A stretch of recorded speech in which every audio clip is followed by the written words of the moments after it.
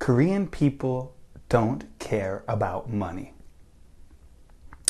So I love movies and TV and all kinds of media like that. I love this stuff because it's kind of storytelling and it's really great. And I'll make another video about why I love that stuff so much. But anyway, so in this video I want to talk about a certain documentary that I really love, because I really love documentaries. There's this documentary called Born Rich. It's by Jamie Johnson. He is the son or the great-grandson of... He's in the family of the company of Johnson & Johnson. So he's extremely rich. And this documentary is... I really like the way he kind of sets it as well, but it's about these really rich kids. Well, it's about him, and he needs to know what he's going to do with his life. So his 21st birthday is coming up, and on his 21st birthday, he's going to inherit a huge sum of money that will make it so he never has to work.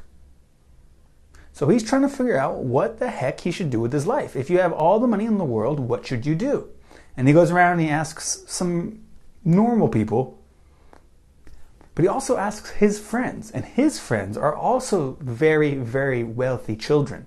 In fact, one of the kids he asked, this documentary is from 2003, so it's 14 years ago, and he asks Ivanka Trump, Donald Trump's daughter, and he basically, really what he's doing is he's asking his friends what they want to do with their lives, because they're also so rich they don't need to do anything. And it gives you a really good insight into, being rich as a child, but just generally, what do you do with your life when you're super rich, especially if you didn't earn the riches. Steve Jobs, he became super rich, but he had a goal, he had a plan. He wanted to make Apple. That was the thing he wanted to do. But what do you do with your life when you have all the money in the world? Now, this is a question a lot of Korean people haven't really thought about. There's this, there's kind of the spectrum, which is Westerners are too romantic about money. A lot of Westerners, especially Europeans, they love to say like how much you don't need money and just live your life and go out and, if you don't get a good job, that's okay. And as long as you enjoy your life and travel and like live in the streets. And I'm exaggerating what a lot of people will say, but a lot of times they're very romantic about it. Drop out of college, it's okay because you'll find your passion and live your life as you want to and blah, blah, blah, blah, blah. It's too much. And Korean people are the other side, which is just too practical, which is just get the money. Get the money. Doesn't matter. Get the money at all costs. Like there's this thing a lot of Korean people have told me, at least 5 Korean people have told me this over the years, where I start saying all the things I like about Korea, and I start saying how Korea is a nice country to live and it's a great country to do a lot of stuff. And my Korean friends will tell me, no. Well, or they always make this joke. They always say, yeah, Korea is a great place to be if you have a lot of money. And it's like, oh my God. Like, it sounds so gross to us. Like, it's like you're thinking so shallow at such a low level where it's just like, all I want is the money. All I want is the money. Now, I know Korean people aren't just directly like that, but a lot of Korean people are much more on that practical side of the spectrum, which is too much, which is just like money. Money will be happy. If I have money, then I'll be happy. The thing I think a lot of Korean people are missing is that money is a means to happiness. Money itself is not happiness. That's what this documentary is trying to show you. In fact, in the documentary, he's interviewing these rich kids, and several of them are kind of sad, and one of them, who's probably the richest one, I think, I don't know, they don't tell you exactly how much they're worth, but he's the son of 2 families that were very rich, who married. And, he's talking about how when he was in college, he was trying drugs, and he was he got really, really, really depressed. And in fact, he was suicidal. He wanted to kill himself. When I tell my Korean friends about this movie, especially about that guy, they don't say this, but I can read their face. I got some nunchi. They almost don't believe me. They're like, come on, that's not true. A rich person couldn't be sad. How could that be? They've got money. Money is what humans want. Money is happiness. If you have money, Korea is great, right? But it's bullshit to some degree. You need some money. Like, I hate when all my European friends get really romantic, and Americans will do this too, but I'm not going to go too into it, but I've had some European friends who are romantic about it. And it's like, well, you got to be realistic. Money buys you freedom because you don't need to work, or you can do work that doesn't pay a lot and it's work you want to do. Or two, it actually buys you stuff. I like stuff. I don't even need that much stuff. I mean, relative to other people, I don't need a lot of stuff. Like, I need a computer. I like having nice computers. I need a nice smartphone. I like nice smartphones. I need clothes, I guess. I don't even like nice clothes. I mean, you can see this is like a $20 shirt that I bought at, cheap place.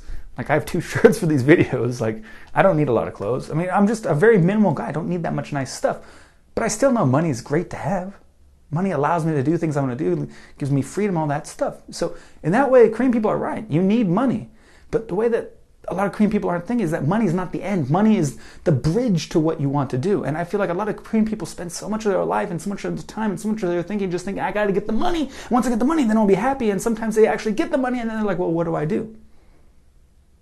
Just like the Jamie Johnson, the guy who made that documentary Born Rich. And I'm going to put a link to that in the video notes. Like, he doesn't know what to do with his life. He's got all the money. And now what? And it's a very interesting question to think about. Like, I think it's almost cute the way Korean people think about hypothetical questions. But when you're growing up in America, like, you get asked as a child, you get asked these hypothetical questions a lot, which are made to like kind of make you think and figure things out. And I feel like very few Korean people have ever heard them. And there's one of them I want to show you in this video, which is, we get this hypothetical question a lot, I think when we're about high school or middle school. In fact, you hear it so much, it's kind of stupid. It's kind of cliche, it's kind of lame, but a lot of, I don't know if I've ever met a Korean person who's actually heard this question. So I asked this to many of my Korean friends. And the question is this: if you had $1 billion, what would you do? Now think about that for a minute. If you had $1 billion, what would you do? Feel free to pause the video and think for 2 minutes. What would you do if you had $1 billion? Now I'm sure you just hit pause and play it, right? You were just thinking about it? Nah, you weren't. Nobody was. Anyway, the point is, what would you do? So I asked this to my Korean friends, and I say, okay, what would you do? And they say, I would travel. That's like, they always say, I would travel. I would travel. Korean people love traveling. That's great. So I say, I would travel. And I say, okay, for how long? And they say, I don't know, like 2 years. I travel all over the world in 2 years. And I go, cool. Then what will you do? They really get a little shocked. They're like, oh, buy a house. No, I buy 2 houses. I buy my mom a house, and I buy my sister a house, and I buy myself a house, and I buy all these houses. And they'd be in all these places in the world. And I go, okay, cool. Then what would you do? And then they're a little shocked. And they're like, well, I don't know. I mean, I'd be happy because I would have all the houses. And I will have traveled. Right? And then you start to see that their mind starts turning. Another thing you have to remember about humans is we get used to stuff really easily. When you watch this documentary, you'll see these guys are used to having a lot of money. When you get used to having a lot of money, it's no longer satisfying. When you have a goal and you're striving for something, you need to get the money. That's almost more satisfying than actually getting it because you're fighting, and that's part of the process of being a human. But my point is, I think if you're a Korean person watching this, you should probably think about that question, because this question often leads to, what do you actually want to do with your life? That's the point of this question. This is why we ask this to high school kids in America. For one thing, it's supposed to help you figure out what job you want. So the high school counselor says, what would you do if you had $1 billion? And the kid says, well, I don't know, blah, blah, blah, but I'd do this, I'd do that, I'd do that, and I would make YouTube videos and blah, blah. And the counselor goes, aha, you want to be a YouTuber. Now, that's great. That's cool that you have some kind of passion in life, but most passions that people have, a lot of other people have them too, and they don't make a lot of money. So in this hypothetical question, it's nice to know that, okay, you have some passion there, but let's face it, 99% of people who want to be YouTubers can't be YouTubers because you just need to be kind of lucky. Just lucky that people watch. You have to have a creative idea that maybe you'll never stumble upon or that other people have had before. You need to make money out of it somehow, which is still a mystery to me. And I'm really lucky that I have any YouTube followers, so I'm happy about that. But really, I want to bring up the last, wrap it up again. There are two spectrums. There's a spectrum that's Westerners who are too romantic, who say, I don't need any money, I just want to live life. And they're not exactly correct. And there are Korean people who are too practical and they think, I gotta get the money, I gotta get the money. And then they even become a doctor or a lawyer or something, and then they get the money and then they go, oh shit, now what? Because they never took the time to think about, well, what do I do once I get the money?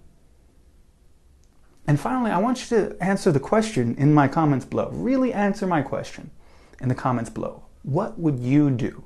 As a Korean person, what would you do if you had $1 billion? So if you like this video, give it a thumbs up. If you hate this video, give it a big fat thumbs down. Wah, wah. If you love me or if you hate me, please hit the subscribe. Share this on Facebook, Instagram, whatever.